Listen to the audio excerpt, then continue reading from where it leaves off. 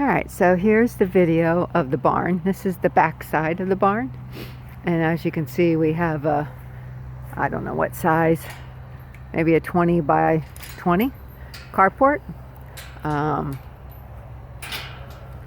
attached to the end of the barn. It's really not attached, but it butts up against it. And this acts as kind of overflow for us with our girls. And then over here is another really large carport with lattice on the side. And that's like a, I think 20 by 40. And it acts as a shelter. And then this wood structure we just built, it's a shade shelter for us and the animals when we give tours.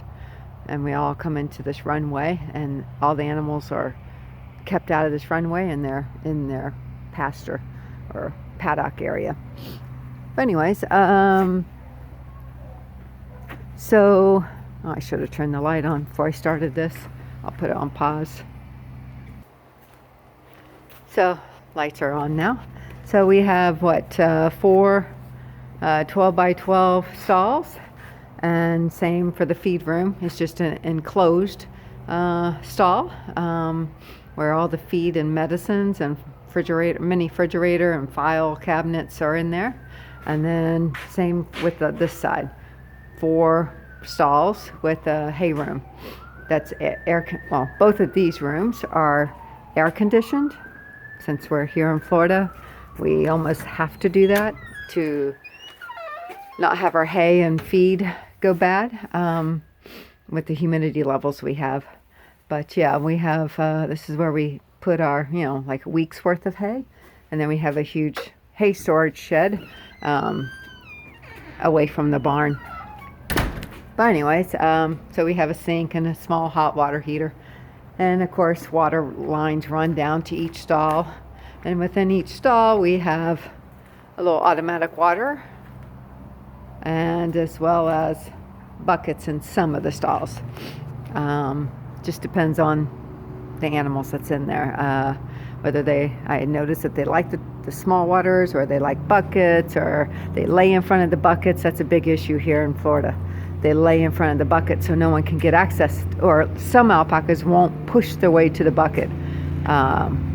So they don't drink enough, which can cause issues. But anyways, this is our barn, and the roof, I don't know how high it is. I want to say, I don't know, 20 feet. But it's pretty heavy duty, since we we built it so that it could withstand hurricane force winds, which is what we would encounter here in Florida. But and then we have a metal roof with a, I don't know, 1.5 foot opening where the two roofs overlap each other, and that helps reduce the amount of rain that comes in. But we have gates on each stall, and the lattice is there so the males can't poke their heads through when we do, herd health day, and the females come through the chute. But it just minimizes them sticking their heads through, especially at shearing time as well. Trying to think what else.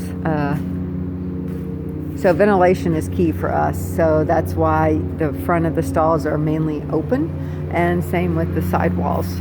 They're separated by fence, and of course the wood. But we put the fence on there because we have separate males here versus in these 3 stalls.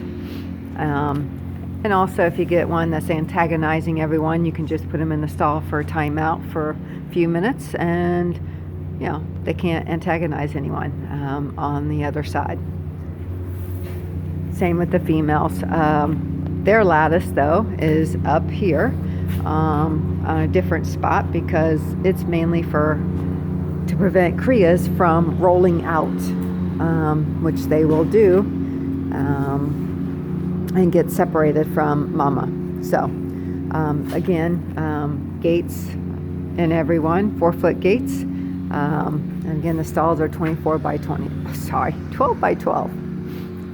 And I'm just trying to show you the roof structure. And then we have 8-foot 8 or 10 foot overhang on each side of the barn, which is used all the time.